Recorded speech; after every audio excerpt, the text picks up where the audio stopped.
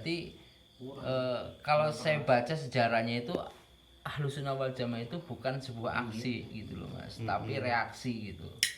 Tapi reaksi. Keberadaan negara, baik reaksi secara politik, reaksi secara pemikiran ataupun reaksi sosial gitu. jadi kapan itu Mbah Hasyim memposisikan diri sebagai Nah, yang pertama gitu ya, kita baca sejarah tentang perebutan kekuasaan dari Muawiyah. aduh temen iki mikir Kang bahas Iya, kan kadang kok ada bahas sih Mas. Iya, so. Kang Muawiyah di situ kalau main mana tahu videonya gitu. Jadi ketika Muawiyah merebut kekuasaan dari siapa? Sahabat Ali bin Abi Thalib, itu pada waktu itu orang-orang itu banyak yang galau gitu kan, dan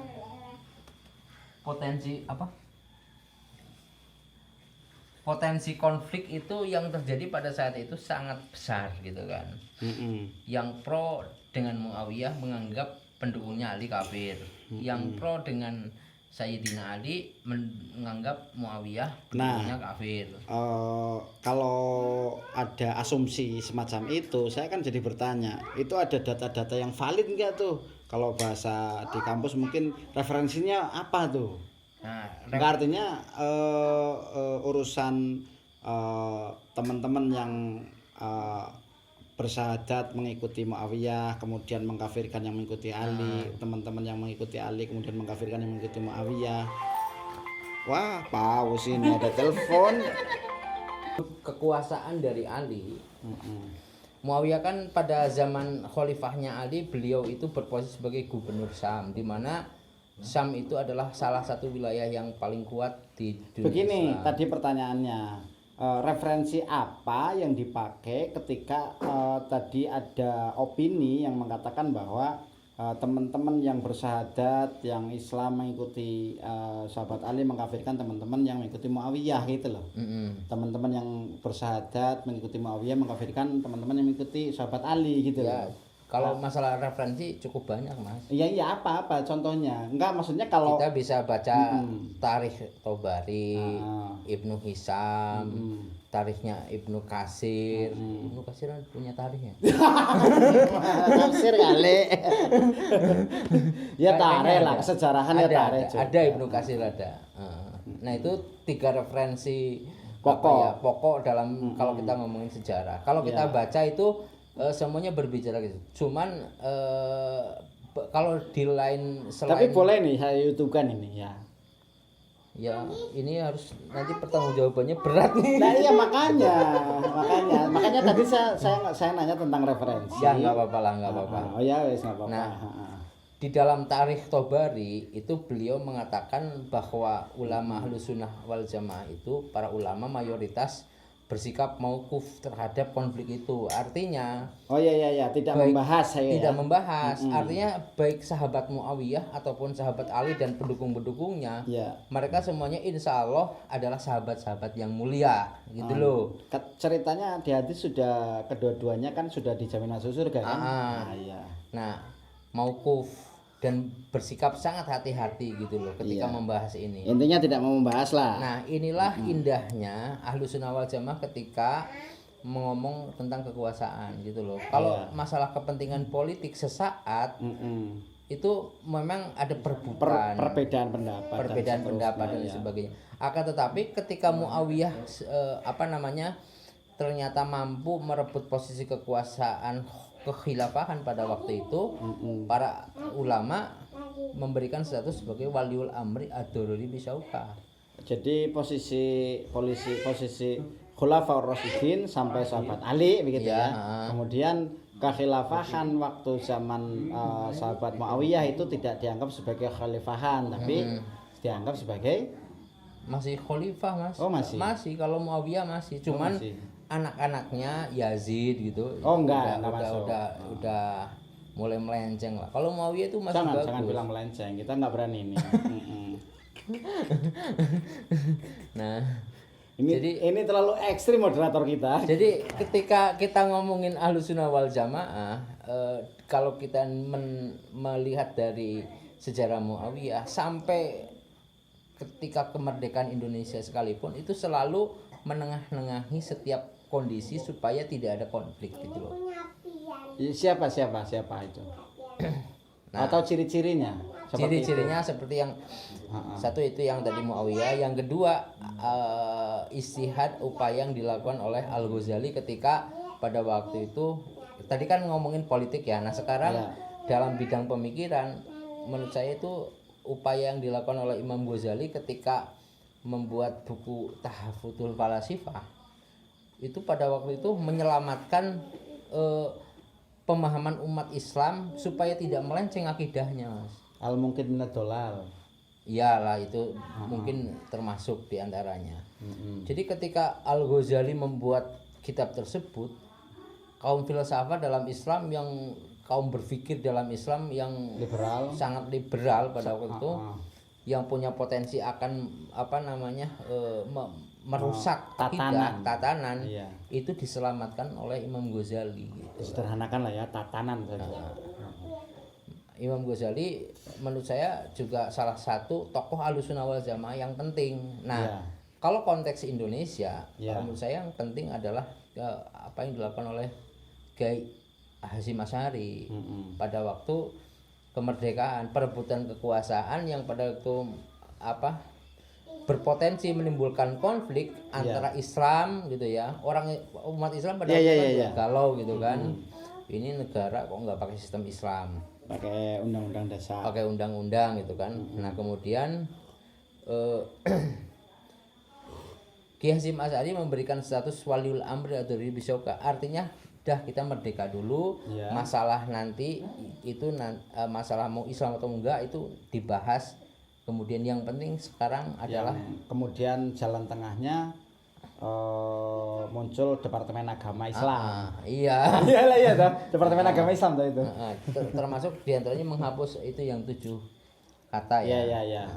Piagam Jakarta itu adalah istihad yang dilakukan oleh Kiai Hasyim Asy'ari. Itu berat sekali kalau menurut saya istihadnya, sampai beliau harus sholat hajat ya 2 malam. Hajat 2 malam. 2 malam itu menurut saya saking beratnya surat kafi memutuskan itu gitu loh. Saking beratnya. Akan tetapi karena kekuatan Islam pada waktu itu mungkin belum kuat, sehingga kalau dipaksakan untuk diterapkan pada waktu itu mungkin Indonesia nggak ada. Artinya sudah sekarang merdeka dulu. Makanya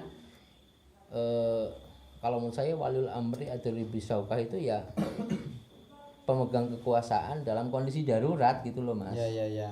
Artinya kalau secara konsep mungkin sudah final, akan tetapi PR yang terjadi pada waktu itu masih tersisa sampai sekarang gitu. Iya, kita KUHP-nya masih 100 tahun yang lalu. Nah, iya, itu masih tersisa sehingga kenapa di Indonesia itu. Jadi begini, kalau saya nggak setuju dengan pendapatnya jenengan sekarang ya. Saya ambil golok, saya bacok jenengan, saya paling cuma dihukum 10 bulan, kemudian denda maksimal Rp2.000. Iya. Iya. Jadi ketika sampai hari ini masih banyak orang yang menginginkan untuk penerapan syariat dan sebagainya, itu ya karena memang PR yang belum selesai pada waktu itu gitu. Iya, untuk penerapan syariat sebenarnya kan syariat Islam syar'i gitu ya. Itu kan sebenarnya umat Islam tidak mungkin ada yang mengingkari itu gitu ya. Iya. Semua umat Islam kepingin hukum itu dijalankan secara syar'i. Iya. Cuman implementasinya yang dalam pikiran berbagai orang itu mungkin beda gitu kan. Beda gimana? Ya mungkin ada yang mengimplementasikan penerapan syariat itu dalam amaliyah sehari-hari. Begini. Ini saya pakai referensinya inilah ya, Gus Solah aja ketika terakhir kali berpidato di Jombang. Oh iya. Itu beliau mengatakan bahwa sekarang beginilah, negara sudah terbentuk. Kalau kepengen hukum potong tangan, hukum apa namanya itu? Hudud. Iya, hudud. Apa ya, bujis ya apa? Apa itu kalau apa namanya sih itu kayak gitu namanya? Kan ada ibadah, ada muamalah, satunya lagi. Jinayah. Itu maksudnya. Kalau hukum sekarang kalau hukum ibadah kan di persoalan ibadah kan umat Islam tidak ada satupun yang terganggu kan. Iya. Nah, nikah silahkan juga, jual beli silahkan juga kan. Artinya memiliki kebebasan, adzan apa ini tuh pengajian dan seterusnya. Cuman di persoalan hukum jinayah itu bagaimana? Ya sudah, sekarang ada Indonesia. Nah, melalui undang-undang itulah sebenarnya bisa dirubah kayak gitu. Kalau memang kepingin pakai hukum jinayah ya diperjuangkan lewat itu. Semua kok kepingin syar'i kok. Bener nggak? Iya. Nah itu menurut Gusola seperti itu. Cuman yang jadi persoalan begini Mas, kalau Coba. kita ngomongin tentang hukum Islam itu Ya. memang ada yang namanya jinayah. Jadi kalau menurut saya jinayah itu kalau dalam istilah Maksudnya mereka kan orang sahih Oh. disit dalam diselamatkan istilah, malah. dalam istilah apa namanya kalau dalam istilah ekonomi mungkin ya itu namanya manajemen risk gitu kan. Manajemen resiko. Jadi jinayah itu hanyalah sekedar supaya orang-orang itu tidak mudah untuk melakukan maksiat. Sekarang beginilah. Artinya sistem Contoh yang- sosialnya juga harus Islam. Iya, gitu. contoh yang paling nyata menurut saya hari ini kan Saudi Arabia ya. Saudi Arabia yang kemudian menjalankan hukum jinayah itu orang berzina dirajam, ya kan, kemudian ada hukum kisos, ada Iya. hukum potong tangan. Gimana Mas Ibang gitu ya di sana ya? Ada kan di masjid yang untuk kisos itu kan, Masjid Kisos namanya kan? Malah Pangeran Arab itu pernah di alun-alun Riyadh. Diapain itu? Pangeran? Kisos. Dia di itu langsung Rajam. dipenggal kepalanya. Itu Oh, karena oh, membunuh. tuh ada Pangeran Arab di Kisos tuh. Maksudnya seperti ini kan seolah-olah ada resiko bahwa negara akan bubar gitu ya. Akan tetapi kan sebenarnya secara politik bisa bekerja sama dengan ya mohon maaf ya perusahaan Amerika Arab kayak gitu kan ya, agar kemudian ada perlindungan juga kayak gitu loh.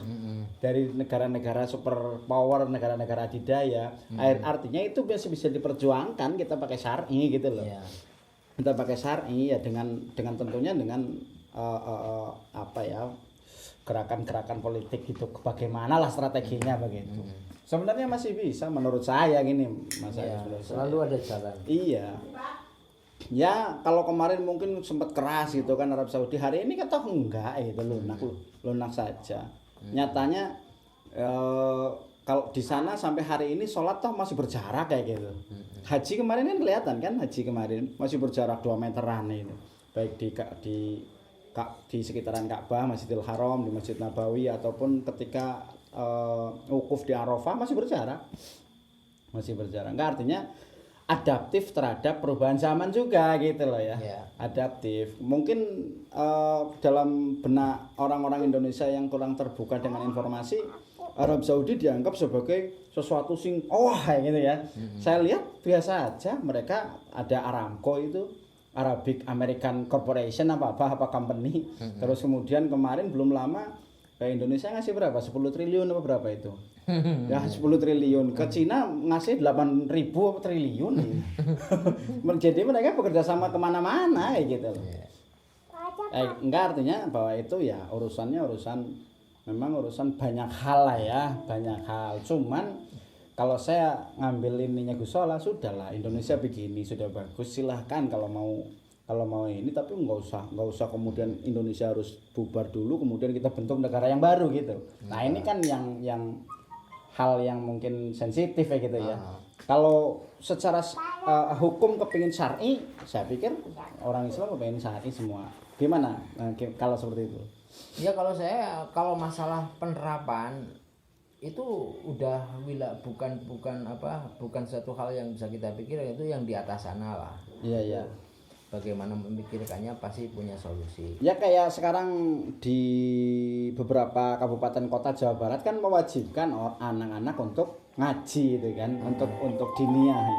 Wah, paus lagi nih. Ini mau pulang, closing statement dulu, closing statement. Jadi ya. Kalau berbicara tentang ahlu sunnah wal jamaah sebagai manhajul fikr gitu ya. Iya. Yang pertama kita itu mesti adaptif terhadap berbagai persoalan. Ya. Artinya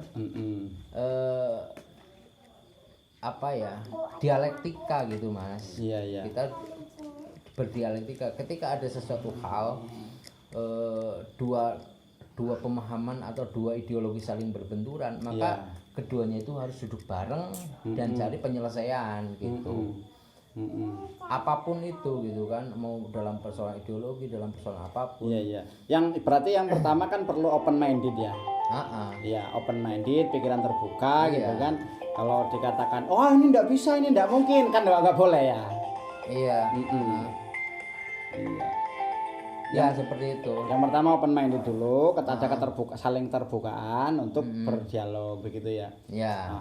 Yang pertama. Kemudian yang kedua, ya mestinya dulu sempat ada pengalaman orang-orang dulu, kita kan belum berpengalaman nih. Maka pengalaman guru yang terbaik ya gitu juga harus.